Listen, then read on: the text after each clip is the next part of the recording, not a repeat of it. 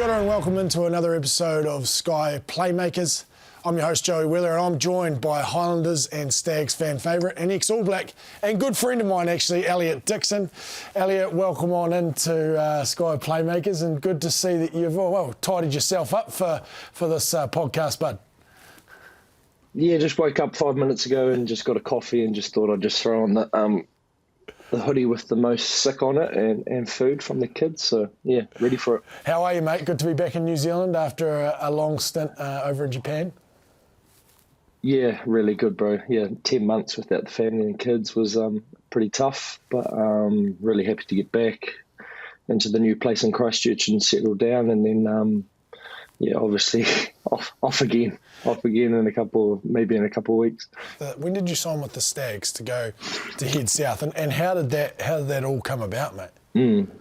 Yeah, so obviously under 20s happened in 2009. So I was looking to sign with Canterbury Rugby, but they had a couple of boys in front of me. So obviously Nasi Manu and I think there was a guy called Patterson that used to play lock/six. Yes, Michael so they were just waiting for him Michael Patterson, to see if he was going to sign back with Canterbury. So they couldn't give me a deal. They couldn't give me a complete yes or a complete no. And obviously in the under 20s, I'm good friends with Robbie Robinson and Alex Ryan and those boys, and they were already down in the Southland setup, and they said that it was awesome. And so I got a call, and they sent me an offer. Sent me a contract, and it was either stay in Christchurch and toil away, not getting paid, or go down Southland, get paid, and actually give it a crack. So went down to Invis, and yeah, it was a pretty good decision, I think. You talk about that Stag side back when you joined it. There were some brilliant personalities of New Zealand rugby. You think Whopper, Jamie McIntosh, Cabbage, Jason Rutledge, John Hardy, Scratcher, Braden Mitchell, Josh Beckwith, Lurchie, so many awesome provincial footy players and great Super Rugby players. What was it like for you coming from Christchurch, your bubble of Christchurch, that's all you've known, down to little old Invercargill with these Roosters who are bloody hard case? How did you find fitting in with them? Really easy, actually. I don't know if they'll say the same, but it was just it was a pretty cool experience. Just obviously being able to be a sponge and soak that in, and that era as well, the 2009, 2010 era of 2011 era of the Shield as well. So I think I just got a taste of quite hard footy, but awesome off-field stuff, professionalism. Obviously when they're on the field and training, but when they're off-field, they took care of me. They knew what to do. They showed me the ropes, and we had a good time too. In those days, everything was put on. So you just go down to the Spates Ale House and you go up to a table, and you're sorted for the next 6 hours. Whenever you wanted to go home, I suppose you wanted to go home. But yeah, it was a great time to be a young boy playing rugby in Southland, especially with those characters. As you mentioned, I think. My first year down there, or 2010, I remember our starting 15 were all Super Rugby players. So I suppose it's a big step from what it is now down in Southland, but just the talent and the amount of good players down there at that time. Now, you said you're involved in a couple of Shield eras while you were at the Stags. My first real experience was playing Otago down in his first game, and the whole bleachers, the bleachers on Invis where it's all just the terrace.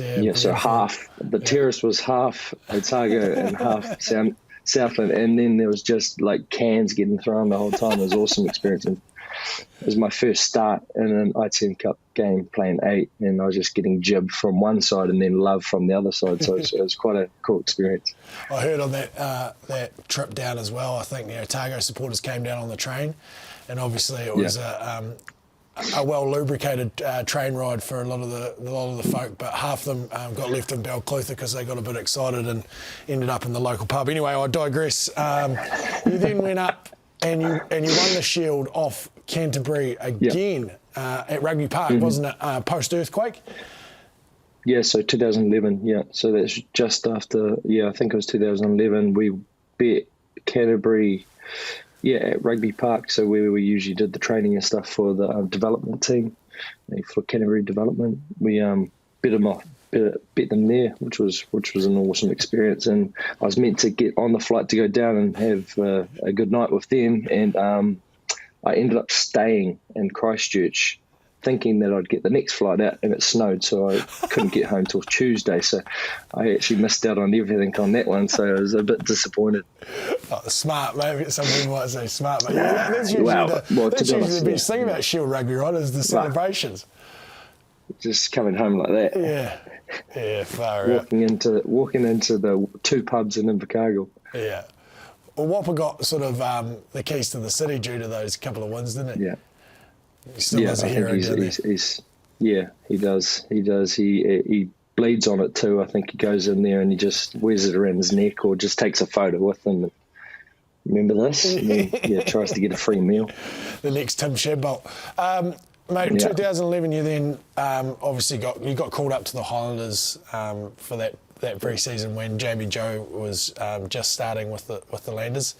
For you, young fella coming in to Super Rugby, a bit of an eye-opening experience, the pre-season, and I'd imagine it being run by Jamie, it would have been even that little bit harder again. Oh, mate, yeah, she was. So I went in from quite an inviting environment for Southland,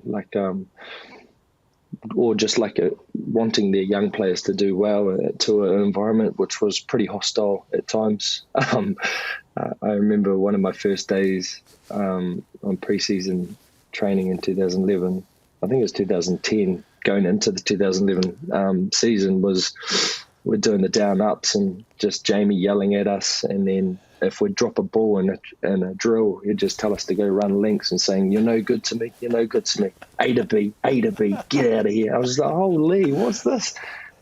Please be nice, be nice." And I remember at the end of the year, the start of the year, they called me in and they said, I think it was KK and Jamie Joe. Kieran Kane, Kieran Kane.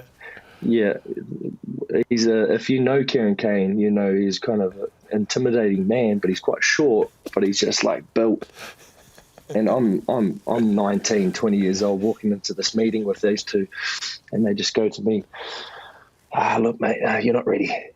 We picked you because we didn't want anyone else to pick you. You're not ready for another year. You're not going to play." I was just like, "Oh, yeah, sweet first week of pre-season. Thanks for telling me that." So she was a long year. She was a long year. Yeah, you're just doing down-ups. Oh yeah.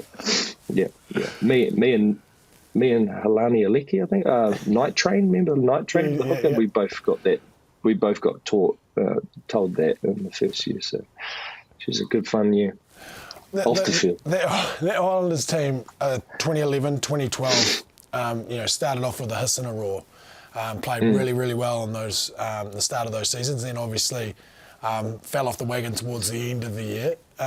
Reasons around why you'd fall off the wagon, that team, towards the end of the season? Depth. Yeah, well, look, when they had 23 players that they built up week in, week out, and they played them week in, week out, and they played well for 9 weeks or 8 weeks or whatever it was, and won, let's say, 6 or 7 games out of those 8 weeks. But then if injuries or tiredness, which happens in a campaign, they didn't have anyone else to bring up, or they never really gave a taste to younger players, or really trusted other players to play. So, I think that was the big thing was depth. You can't really just ask a 21-year-old that's never played a game to get in there and play like Adam Thompson when he hasn't even played a game or hasn't had the trust or been built up. He's just been broken down at down-ups and everything else. So, yeah, it was a bit of a different atmosphere, and then it kind of changed. Well, obviously, 2013 wasn't a good year, but it kind of changed after that. Talk us through that year, because obviously an influx of, I suppose, superstars in New Zealand footy come down to little old Dunedin. Did you come in 2013? Yes, but obviously not a superstar. That's what I was thinking. I was like, I thought you were bracketing yourself in that superstar. Definitely not. Yeah, well, they made some good trades and some bad ones, let's just say. So they got Joey for cheap, I hope. And so we got an awesome team. We had probably the best team on paper. I was looking around. I was like, I'm never going to play this year. I'm not going to play at all. But we're going to win the champ. We're going to win the ship. We're going to be there. So I remember we played the first preseason game, pumped the Blues or the Chiefs by 40 points. I was like, yes, we're going to go good here. And everyone else was, obviously, we just bought a championship team, like the Miami Heat in their first year. And then it spiraled downhill, and there was a running joke with Scratcher, with Braden Mitchell, 0-8. So we're with 0 today, or 0-9. So we got to 0-9, and then the Sharks didn't take a penalty kick in front of the post, and they actually ended up losing by 2 points. So, yeah, we got to win. Look, the funny thing about that week, I remember, Dicko, is remember we all got snowed in and we didn't train all week, and we just did captain's run and then put in our best performance of the year. Yeah. I think that was just the Blues, man. So we didn't train one. Well, we trained. That's right. Yeah, captain's run. Yeah, that's right. The week trained after, captain's run, and then we went and pumped the Blues, and was like, oh, what's happening here? And they made a lot of changes, and they let other people play, and yeah, it's quite different. Yeah, but there was just a split in that team, from players that were near the end of the career to players that were starting their career, and then the management. I think there was a little bit of a rift in that as well. Not saying that I knew anything about it, but I just kind of felt it, and especially on the trip in Africa, when we got told we're going to meet at one place to have a feed and a drink, and then half the team goes to that place, and then the other half goes to another place with the coaches. It was quite a different time. Yeah, you're right, mate. Fast forward a couple of years, obviously, 2015, we all know what happened there. But for you, what changed in that team and that environment to get the team into that position where, you know, you're finals bound? Yeah, I think it started in 2014. When we got Malakai Fekitoa down, he was awesome for us. I think he just gave us a real spark. And Brownie obviously came in and gave us the confidence to pull the trigger, as he says. And we all just started playing well. I think we all just started getting game time. They kind of went away from trying to buy players to more build players, which was quite a cool experience and quite a cool time to be part of the team. And yeah, they just gave us confidence to go out. Obviously, 2014, we got to the quarterfinals for the first time for a long time. And then 2015, that run was, I think that started down in Invercargill versus the Chiefs after we beat them. I think we pumped them by 40 points down there. And then we went unbeaten from there. I think there were 6 games in a row that we won, and just built confidence from there on in. Yeah. And in the final, obviously, that try. Talk to me about that try. Everyone, Which one? Everyone. Which one? Was that that one that you mark it yourself off, and you've got a little card with you scoring the try. Mate, that's the only reason why I'm still playing. That's right. It's still bankrolling your career, you reckon? Yeah, the house. Yeah, thank you. But in all honesty, that try, obviously, massive part of that game. But to this day, you still love winding people up on Twitter, having a dig, the happy anniversary to people. Like, it's obviously a massive part of who you are, and it's great that you do feed off that. Do you just love winding people up, especially north of Canterbury, really? Everyone else probably thinks it's not a try.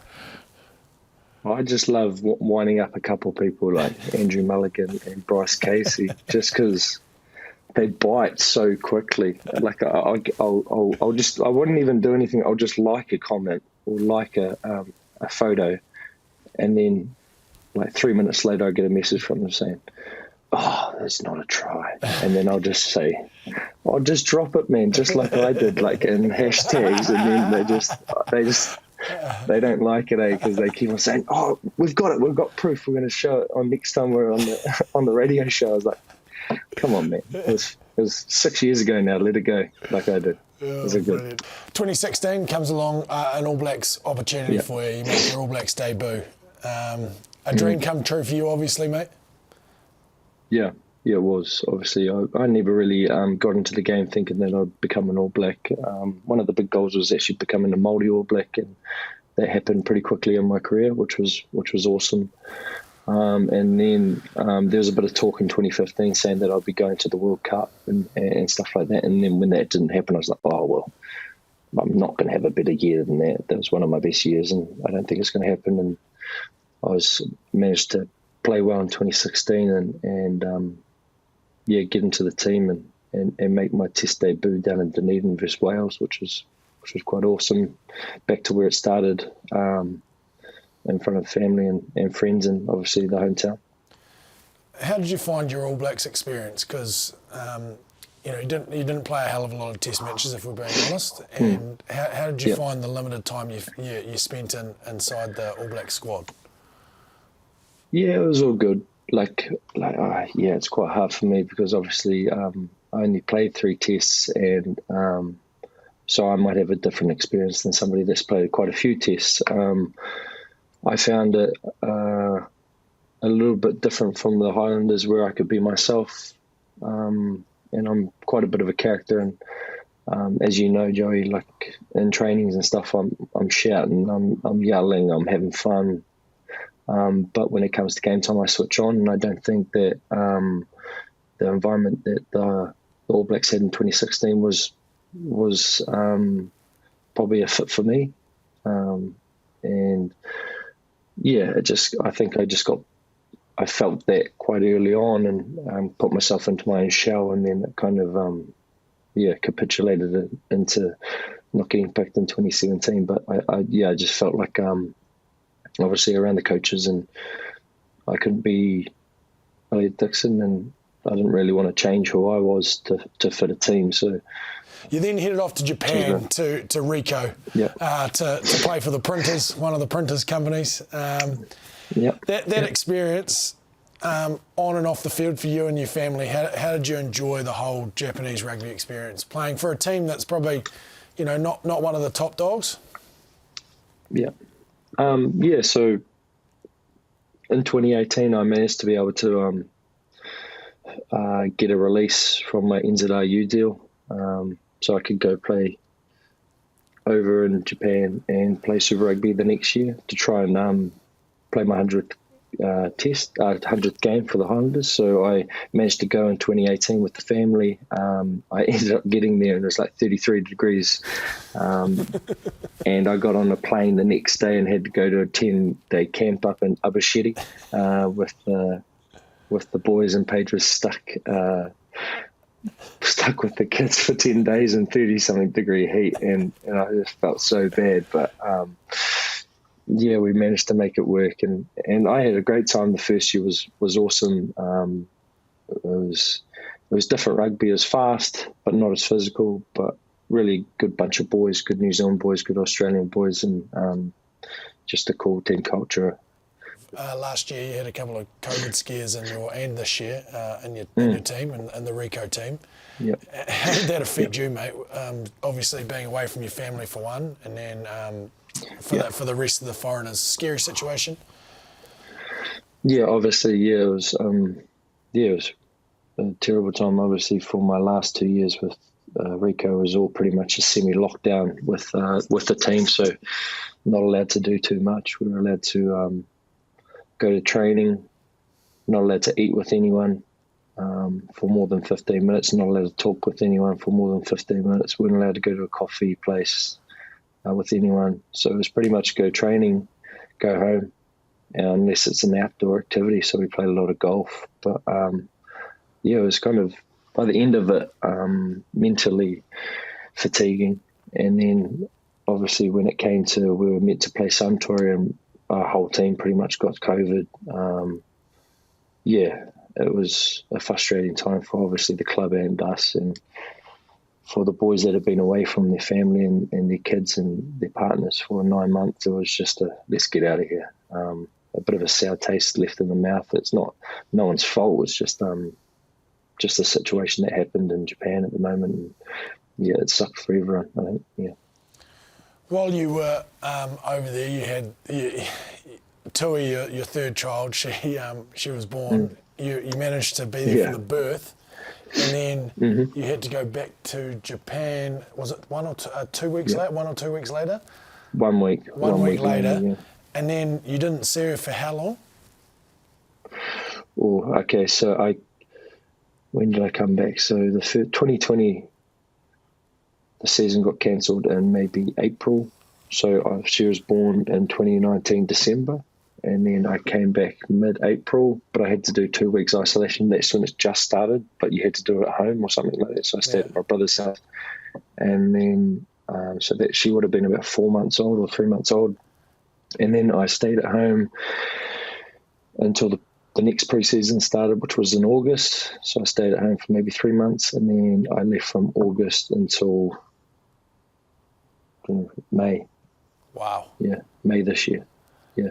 And so when I left, she was doing nothing. She was just farting, eating, doing nothing. And then when I came back, she was trying to talk and walk, and it was quite I think that was one of the biggest things, was reasons why I wanted to really come back, and if I was going to do something, I'd do it with the whole family, just because it was missing out on those little moments and things was pretty heartbreaking when you're overseas and not really allowed to do much and not really play much either. So, yeah.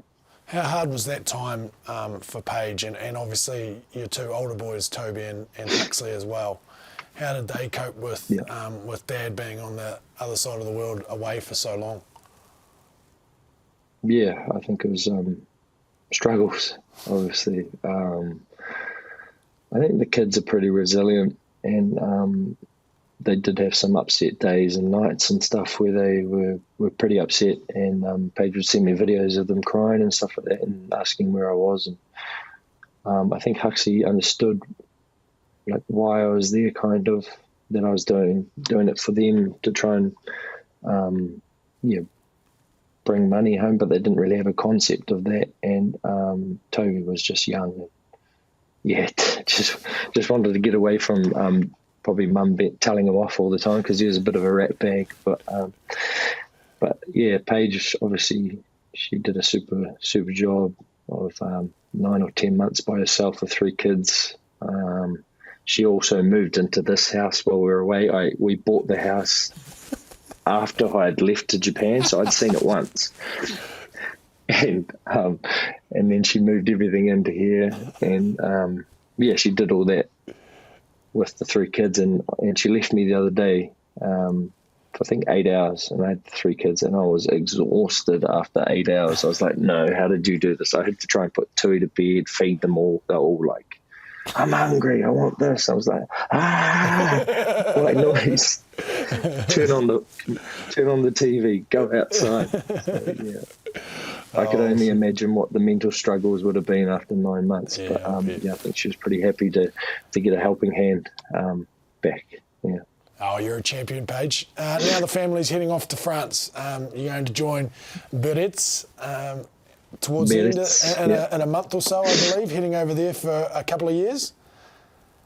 Yeah, so hopefully, depending on visas and stuff like that, so in a month. So heading there till 2 seasons, which ends up being 2023. So just when the World Cup is starting, I think, is when we'll finish our contract. So we'll either come straight back, or we might even travel around and have a look at the World Cup and stay some time if we don't play again or extend the contract. Yeah. Oh, that's awesome, mate. And is Paige and the kids excited about heading over to France? I think slowly getting there. I think it's just the shock of trying to get this place sorted and get all our stuff there and get visas done. But I think, I think that if we're going to do something like that, the kids are at a good age, and it has to be now. It can't be in a couple of years' time when they've got real good friends, they're really settled in like schools and stuff like that. I think we have to move them now and enjoy it while we can, and just get into the culture, try and get into the language, and experience something different, because we're never going to get the chance to go to the south of France and live for two years and get paid while doing it. You know what I mean? Like, as a family, those opportunities aren't going to come. I'm not a very skilled person outside of rugby, so I'm not really going to get a big job somewhere in France. So it's so it's kind of like weighing up the opportunities and what we can do as a family. Oh, mate, well, we wish you all the best. I know everyone who's played alongside you loved you as a teammate, as much as you were a pest, we all loved you, and we wish you all the best over in Biarritz for you and your family. I'm sure it'll be an awesome adventure. But yeah, thank you for joining us on Playmakers. We really appreciate it. Cheers, boss, and thanks for having me. And cheers, Joey. I think you still owe me $200, so just send that in the mail, mate. What's that for? Huh? What's that for? That time that I shouted you drinks and you never shouted me drinks. Like that one. Mate, elephant doesn't forget, bro. Thanks for joining us on Playmakers, and make sure you tune into all the other episodes coming up. Good on you.